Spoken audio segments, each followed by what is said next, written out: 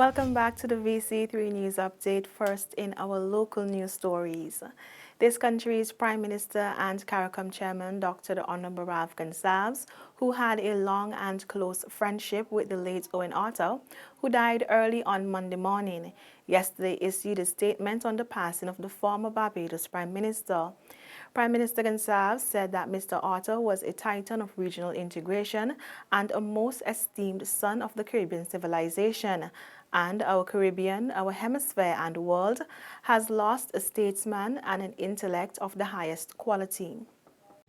Owen Otto was a top-notch student and contributor to the history of ideas and economic thought in our Caribbean. He was possessed of a towering intellect and a masterful use of language, which he deployed in his economic and political praxis. Owen Otto was a true Caribbean man, with a deeply rooted Barbadianness, steeped in our culture and way of life, devoted always to the further upliftment of our Caribbean civilization, while at the same time learning from the universalism and wellsprings of world civilizations. He loved our Caribbean and its manifestations in cricket, dominoes, food, music, literature, poetry, and joyous living. He loved our people and strove to make their lives better. He came from humble beginnings and retained the humility and unfussiness of the folk from whom he sprung. He was a devoted family man.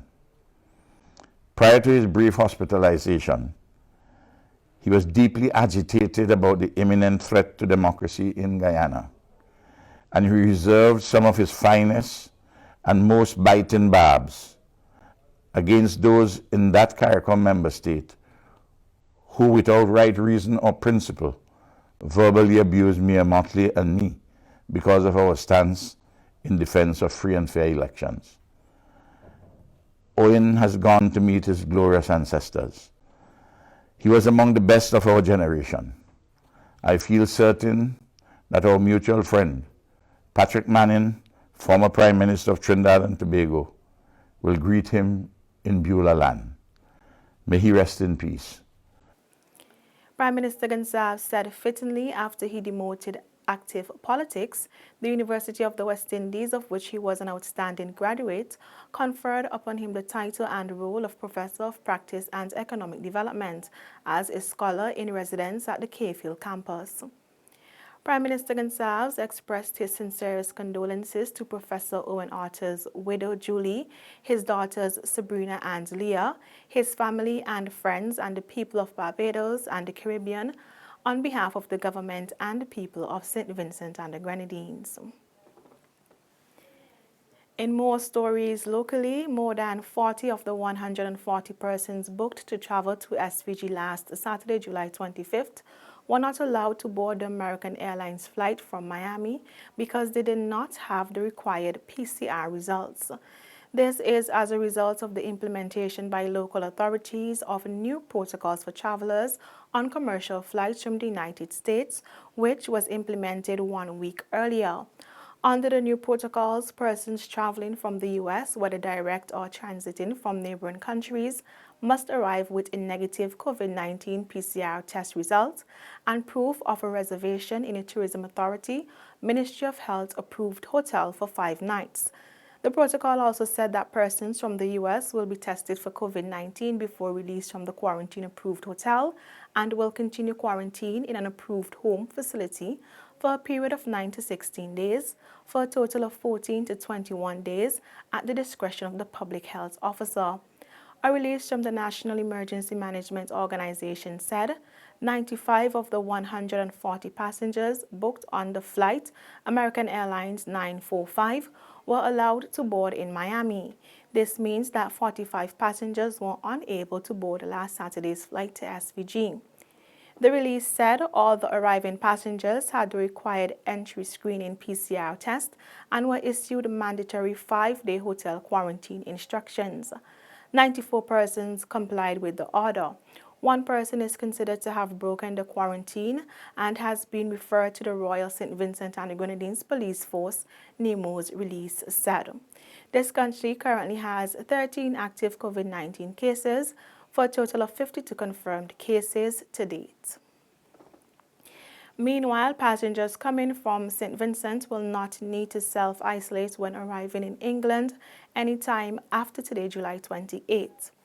According to an update on the United Kingdom government website on July 24th, SVG was among Transport Travel Corridor, or a list of countries where passengers traveling to the UK did not have to complete a 14-day isolation period. The update comes at least 2 weeks after this country was excluded from the initial travel corridor list, a decision which surprised many. It said that the decision to add SVG and the other countries to the list came after reviewing the latest risk assessments. The changes, which will take effect in England from today, Tuesday the 28th of July, comes as the government urges passengers to continue to protect themselves when considering traveling abroad by making sure that they're up to date on the latest information, both at home and at their destination, the July 24th update said. The UK government's website said the updates will be made with any changes on a weekly basis, should any be required, to reflect the shifting international health picture. In police news, on Saturday, July 26th, the police arrested and jointly charged Yvonne Patterson, a 46-year-old bank clerk of Green Hill, and Fitzroy Douglas, a 27-year-old mechanic of Murray's Village, with the theft of $53,571.95, the property of the Bank of St. Vincent and the Grenadines. The incident occurred at Kingstown on June 18th.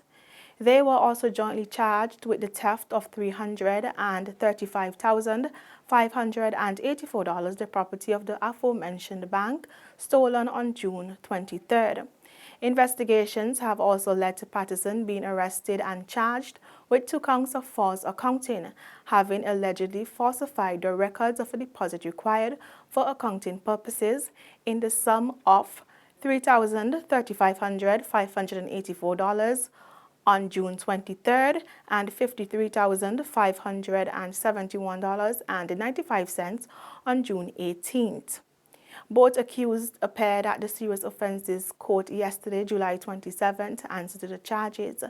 Fitzroy Douglas Jr. pleaded guilty to the charges and was granted bail in the sum of $60,000 and was required to surrender travel documents and to report to the Central Police Station every day between 6 a.m. and 6 p.m. Patterson, however, pleaded not guilty to the charges and was denied bail. The matter was adjourned to July 30th for arraignment. And finally, on the local scene, Ms. Avia Charles, Marketing and Communication Officer at the National Insurance Services Limited, in an interview with the VC3 News earlier today, highlighted the importance of a life certificate, which is a certified proof of life document that was introduced by the NIS on August 1st of 2007. The life certificate must be completed by all pensioners twice per year to avoid the NIS paying pension to anyone who has died. Ms. Charles also said at the NIS there are 11 pension groups. At the NIS, there are 11 pension groups. There are the CARICOM pension, the Canadian Reciprocal Agreement pension, the disablement pension, the death by injury, the early age pension or elderly assistance benefits, our invalidity pension, the non-contributory assistance pension, old age pension, partial pension, and our survivors pension. Those are the 11 types of pension groups where our pensioners must submit a life certificate for. Charles further stated that all pensioners can submit certificates at least 6 weeks before the deadline, and persons who can't make it to the NIS office or reside overseas can submit via 2 mediums. So if a pensioner cannot make it to our office, they can submit their life certificate via two mediums. If you are locally based here, you can complete and submit your life certificate through one of the revenue offices or post offices across St. Vincent and the Grenadines that deals with NIS pensions. If you are not in St. Vincent and the Grenadines, you can download the life certificate form from our website, which is www.nissvg.org, and email it to nis@nissvg.org, but this document must be certified. That's our local stories. Next, regionally, PAHO launches Stronger Together campaign.